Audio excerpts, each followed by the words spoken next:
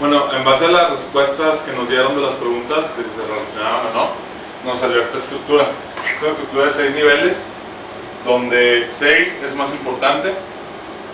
Y bueno, básicamente lo que esto quiere decir es que en base a la pregunta de partida, lo que tenemos que hacer en este momento es la capacitación constante, que va a ser la idea 4, que fue la de mayor proyección.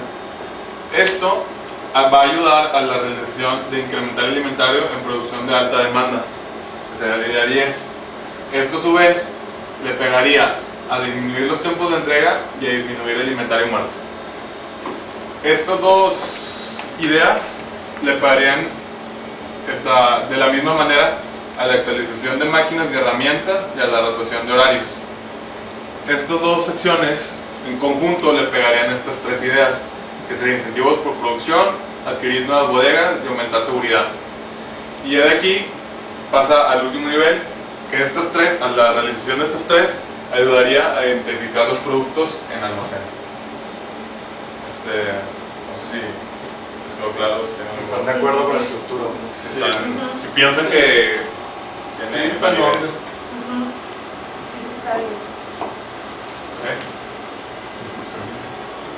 Bueno, conclusión y despedida. Bueno, pues conclusión, pues básicamente pues yo creo que todos estuvimos de acuerdo con la estructura que salió, que sí está de acuerdo.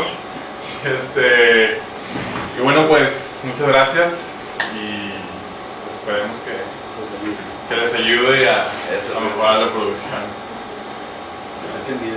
Gracias. Bueno, muy despedida. Entonces, muchas gracias.